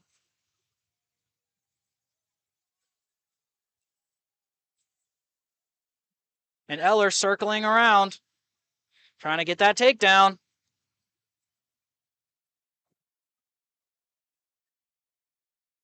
I don't know. No takedowns given yet. And Eller trying for anything to happen. For Machiavello just having that whizzer, circles around, and he gets that 3.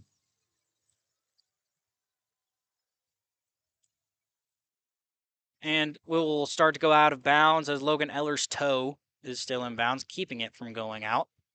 And Eller trying to work some inside wrist control, trying to flatten out Machiavello. Out of bounds. And no escape point will be given to Machiavello as NC State will start on bottom. A really good start from the redshirt sophomore from Georgia. It's another spot that we were questioning, Dane. Hole left open from Carson Floyd last year. Logan Eller came out ready.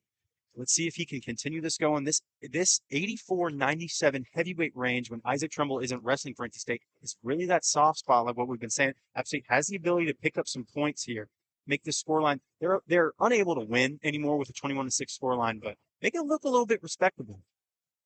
And Eller having a leg inside of Machiavello.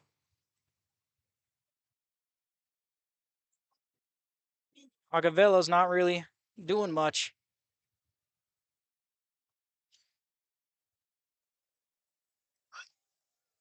And Eller.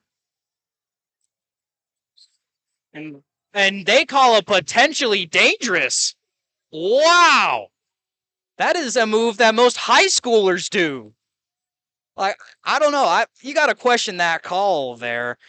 I get the potentially dangerous to a certain extent, but that is a tilt that a lot of people do. That's not really potentially dangerous in my opinion. Yeah. Hey, if it's potentially dangerous, but you don't think it is, Dane, have you ever been put in that position before and it hurt? I have, but if it hurts, that's just part of wrestling. Okay. But my bad. But if you feel like we're at the point where it's like agonizing pain, then it's potentially dangerous. But some refs just like to be better safe than sorry, I guess. bit of a flop from Machiavello. Maybe got the ref's attention. Possibly. But in the NCAAs, a lot of these guys are flexible and been in way worse positions. But 20 seconds remaining in this first period as Eller leads 3-0, and he's going back to the same exact move that got him potentially dangerous. He's trying to work a tilt, getting Machiavello's left arm behind Eller's head. And couple App State fans in the crowd trying to get some stalling calls, saying he's just sitting there. Where's he going? What's he doing? And Eller, and that's the end of the first period. And it'll be 3-0. What have you seen of Eller in this first period? It's just the energy. It's the energy. He looks like he's not scared of the guys from Rome. He's not scared of this top 10 opponent. He wants this win. He looks like he's hungry for it. And that was something that, I was really expecting to come out for Anthony Cannetta. We've seen every other guy from the break really have that hunger so far. Logan Eller's just putting the cherry on the cake with it. He looks so good. 97 spot looks to just be locked up by it. And Logan Eller starts back on top with 2 minutes and 30 seconds of riding time. And we finally get a stalling warning on NC State's Andrew Machiavello. Still 3-0. As Eller tries to flatten out, but Machiavello just staying on all fours, trying to protect his hands from not getting. Yeah, looks like Machiavello's scared of the pin here. He's not really doing anything, though. I mean, it kind of looks like the Price stuff earlier. What is he supposed to do? But and we see a little bit near fall attempt as we see a little bit of a half tilt, but no near fall was there, and a lot more stalling fists from the crowd. And I got to agree. Logan Eller tries to grab the right arm. Another stalling call is given, and 1 point given to Eller. And Eller grabbing the right wrist of Machiavello, but Machiavello letting it go. Eller cross faces Andrew of NC State. 30 seconds remaining in this match. And Machiavello just looking at the ref, smiling. I don't know what he's doing. That's what I'm saying. I heard it from the crowd. What's he doing? And then I look at him, and he's just kind of laughing. With a redshirt junior, you would expect more of. But 10 seconds remaining. The entirety of this App State bench is calling stalling apparent, and especially Drake Acklin. He's been the most vocal out of anyone on the bench. Yeah, really weird for an NC State wrestler in a program of this caliber to have a wrestler kind of just give up. But you look at Machiavello's coming up to this point, 5-15 career record. I mean, kind of looks overclassed here by the redshirt sophomore Logan Eller. Hey, if I'm Eller, though, who cares? Go at him. You've already got 4 minutes of ride time. And you see a little bit of Popolizio for NC State head coach just looking at Machiavello, just like we gonna do something? Yeah, like what's the goal here? Eller gets the escape point off bottom. Now leading 5-0, trying to get and gets that 3 to make it 8-0, and now gets back to that 4 minutes of riding time area. Eller trying to work that power half, but Machiavello just staying in his ground. Everyone in this gym is holding up their fists. And this is getting kind of ridiculous. And there we go. And there's another stalling point given to Eller. 1:10 remaining in this match. But we've seen domination from Eller in this match. 1 minute remaining with possibly 5 minutes of riding time. That's insane. I mean, we all knew Logan Eller had leveled up coming into his redshirt sophomore season, but and another stalling point, and that's 2. 1 more, and he's disqualified. That's insane. I can't believe the lack of fight coming out from Machiavello right here. He's just completely given up. I mean, at least we saw earlier in the Price match, he was fighting. There was still a little bit of pride. I was asking for pride points, but there was pride on the face. Machiavello's just done. I mean, this is a guy that, I wouldn't be surprised if they made him walk home. They didn't even let him on the bus. And 20 seconds remaining. 5 minutes of riding time. And possibly a tech fall is now 12-0. And they're trying to call for another stalling, possibly for a disqualification. But it looks like these referees are just going to let this one ride out. And another point is given to Eller. But 5 minutes of riding time, 5 minutes and 34 to be exact. Will that result in a tech fall? I need to see the team score after this is done. But great effort from Logan Eller in the, so far right now, 12-0 win, now 13-0. And it looks like for the heavyweights, it looks like it will be Everest Olet. That's actually Xavier Wilson. All right, I don't know their faces if I'm being straight honest. I got you, bro. I got you, man. I just guessed and picked heads or tails and just picked a name. Shot. But if I could speak on Logan Eller, it kind of got broken up by the constant stalling calls. Logan Eller has just leveled up from his redshirt freshman season. I mean, if a guy's just going to sit there and honestly just sit there the entire time, what is he supposed to do? He absolutely dominated Pacquiao there. And hey, this 84, honestly, the 74 to heavyweight range. Add Canetta in there, not a really good result today, but add Canetta in there. This whole back half of the lineup looks really, really good for the Mountaineers. And it looks like that will be a major decision win and not a tech fall to make the team score 21-10. Double-digit points for App State, and possibly even more with Stefan Moncherie against Xavier Wilson of NC State. Xavier Wilson, 3-2 on the season so far. Hasn't really wrestled in the duels. It's been Everest Oulet instead.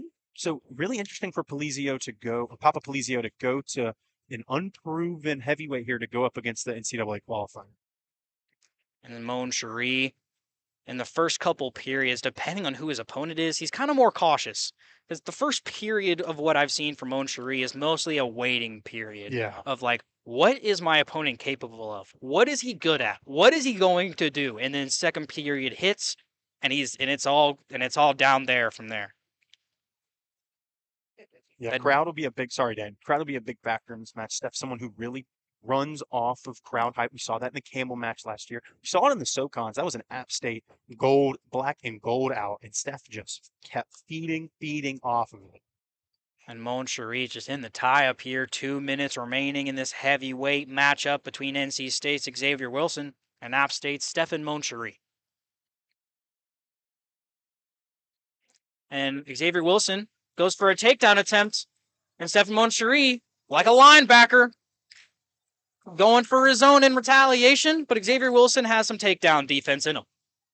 And Steph looking strong. Looks like he had a couple extra plates this past Thursday, a couple extra servings of stuffing there, but I'm expecting a lot of good things from Steph this season. I'm really excited to see how he goes up against somewhat of lesser competition. And with Thanksgiving now being in the past, a wrestler's nightmare. But 197 in heavyweights get to have that free range. It's like they look at the 125s and 133s that are Cooper Foster and Jarvis Little's like, I get to eat all I want. Good luck eating air. But as we go back into this matchup, still 0-0. 1 minute remaining in this first period, as Moncherie in the first period takes more of a waiting time to see what his opponent is capable of as he goes back into the tie-in. 50 seconds remaining. Moncherie's working that tie-up. Just pushing back and forth, testing balance.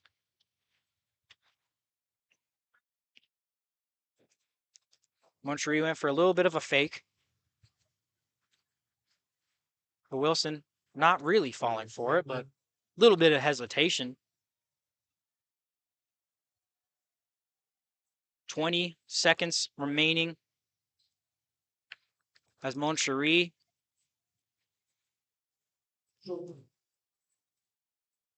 and Randall Diabe has been the main coach for Stefan Moncherie, honestly. In every match I've seen, there's more been Randall coaching, but we've seen a lot more from John Mark Bentley in the later weights as the team score gets closer. But John Mark Bentley actually going to the heavyweight, giving some advice. from last year, you didn't really see much of that. It was mostly just Randall giving Randall the freedom to do what the coaching for Stefan. And Yeah. that Stefan will start on bottom. And as you were saying, I think it comes from, when you go to NCAAs, it's just the head coach. And then, last year was Steph, Carson, and Will. You gain a better relationship. You learn more about a guy. I mean, obviously, these guys spend day in, day out every morning. They get up at 5 a.m. to go run Rocky Knob or Howard's Knob every morning. So they know each other. But feels like the relationship between Bentley and his heavyweight has just absolutely been a great thing for Steph's play and the whole team's attitude. Excuse me. All you.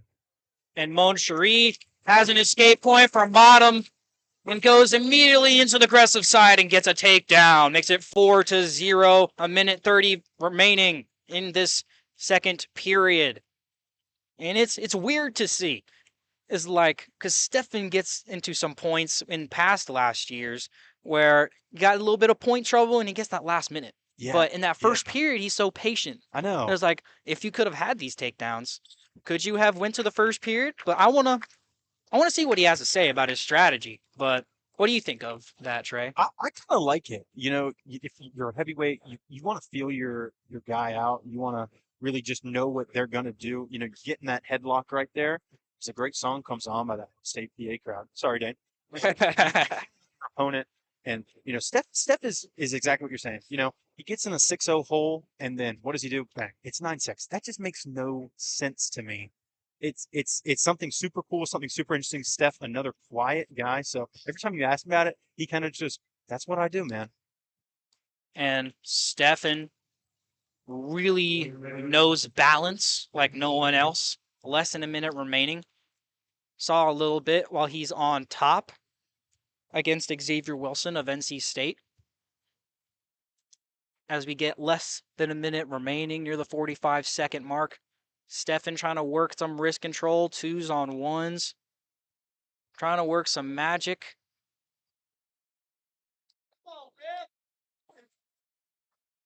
And a lot of App State fans calling for the attention of the ref, like kind of being too lenient on these stalls a little bit.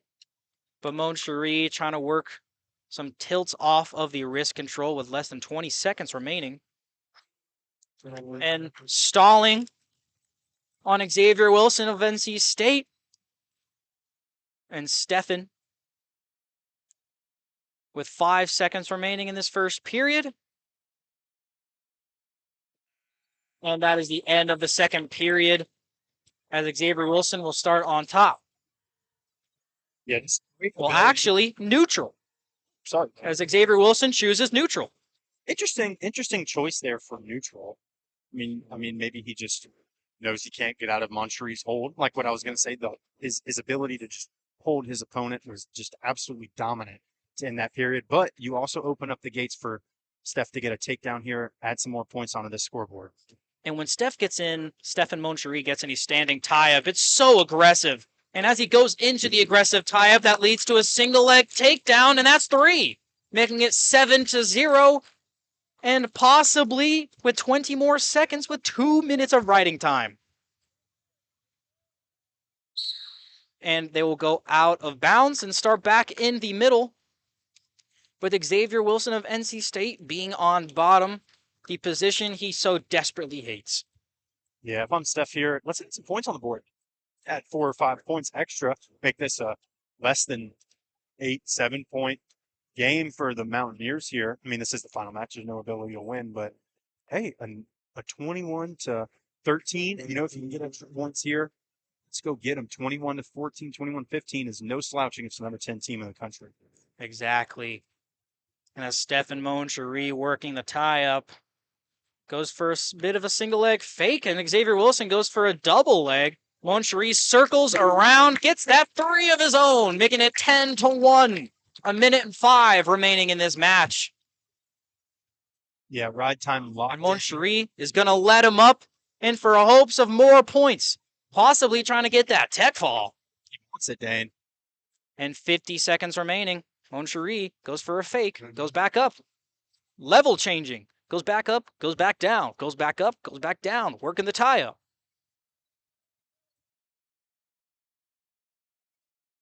35 seconds remaining.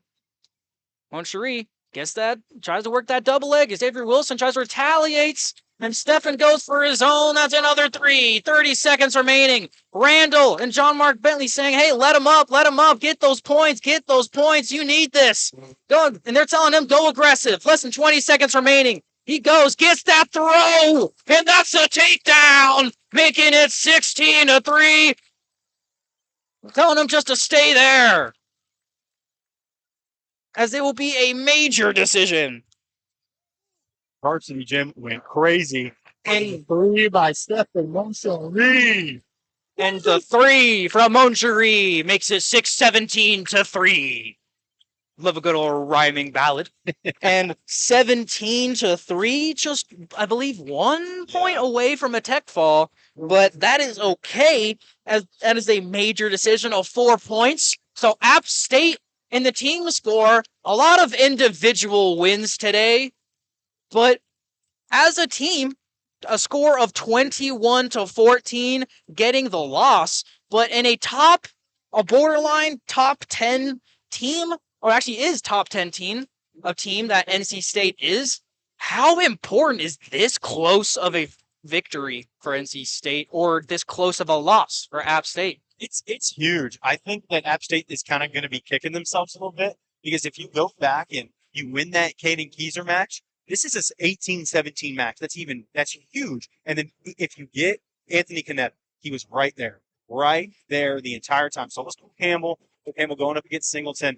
Bit of a stretch for him to win that one, but Canetta was right there the entire time. So if you flip those Keyser and Canetta matches, this is the first win for App State over NC State in almost 15 years. NC State keeps that streak going, but man, for a team that we said was just going to take a rebuilding year, this is going to be a blowout loss.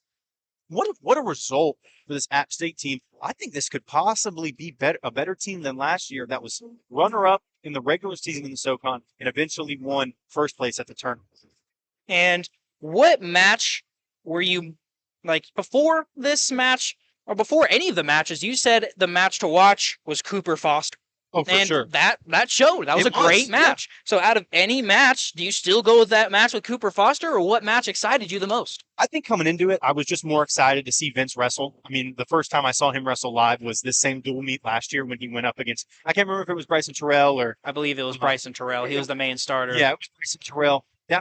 Vince just, he was someone that looked like someone I had never seen before, right? So for Cooper Foster to come in and, put a match in, that is fantastic. But if I have to look at anything, it's Cole Campbell versus Maddie Singleton, another true freshman on top 5 guy. Maddie at 4, Vince at 1, 8-6, 9-6 maybe with ride time. I don't remember, Dan. But man, 2 or 3 point result for these freshmen. That is so huge for their growth, their ability. Got to shout out Jarvis Little for the ranked win. Excuse me on the name, Zach Redding. Bit of a slow start to the year, doesn't really have the results maybe the NC State Wolfpack want him to have, but still a ranked win for Jarvis Little and something that can kickstart his season, as he had not a poor result last week at the Mountaineer Open, but definitely not the one he wanted. And I had the blessed opportunity to go to interview some of the wrestlers and go to a practice, and they had some recruits, and I wonder if many recruits here was like, even though App State didn't get the team win, if you're a recruit saying okay, they can go against top 10 teams and go within 10 points of that, maybe this is the place to be. A lot of individual wins, but as a team, you got to respect the close score. For sure. And with Colt Campbell, true freshman, and other redshirt freshmen and freshmen like Cooper Foster, Jarvis Little, Colt Campbell, if they have success, do you think that, especially Cooper Foster having a tough match against a former NCAA champion, and that not being a blowout was extremely surprising? And with other sports at App State, a lot of players that do well against nationally ranked players kind of go to the transfer portal. Yeah. But with wrestling, that kind of seems to be kind of the opposite a little bit.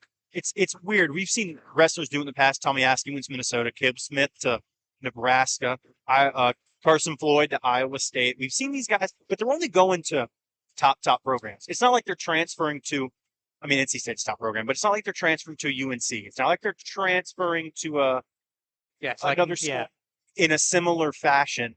App State is a program that has proven that they can compete, and that's why they scheduled these. I remember asking Coach Bentley a couple years back, "Hey, if you're not going to win these matches, why are you scheduling them?" Right? He's like, "Because I want our guys to know that we can compete with anyone.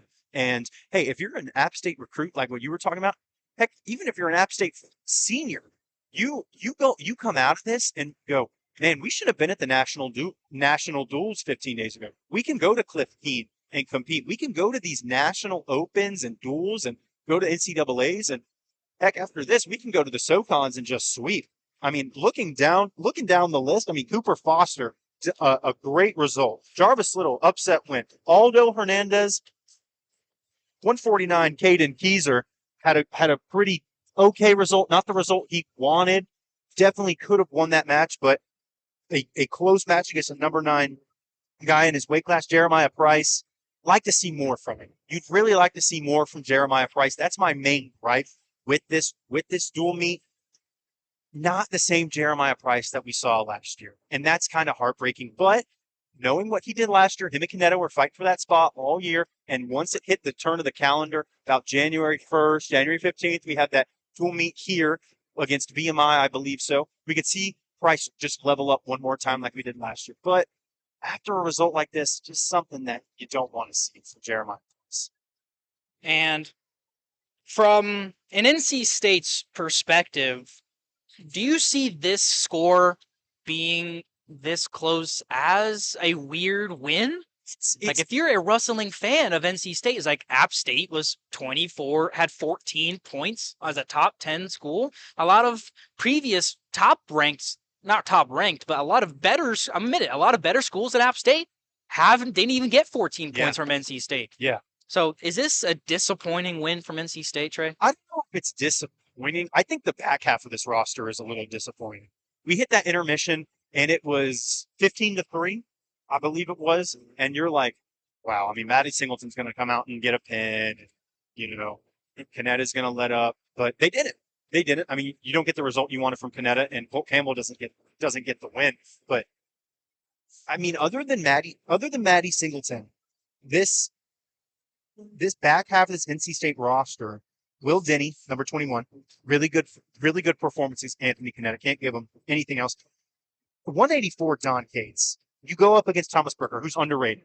I bet there's a lot of guys who are voting on this Intermat ranking system that have never watched Tomas Brooker wrestle before. So I'm not even going to talk about that. But then you go to 197. Andrew Machiavello. That was disappointing. He should walk back to Raleigh. That was just a straight up butt whooping. And then I think Steph hasn't had a good start to the year that he wanted. Xavier Wilson just completely looked overmatched, as did Machiavello. I am an NC State fan, right? I'm an App State fan and NC State. I do kind of worry about the back half of this roster, but NC State doesn't care about dual meets. They care about sending guys to the ACC championship tournament, getting first, second, third, fourth place, because there's like 4 or 5 guys that go to the tournament from the ACC and probably each weight class other than like 74, and sending guys to the national championship. They had a similar result against like Pittsburgh last year, where you're kind of like, man, dude, this NC State team might not be as good as we all think so. But then what happens? Vince Robinson goes out and wins a national championship. Isaac Trumbull could have won if he didn't have some medical problems going on.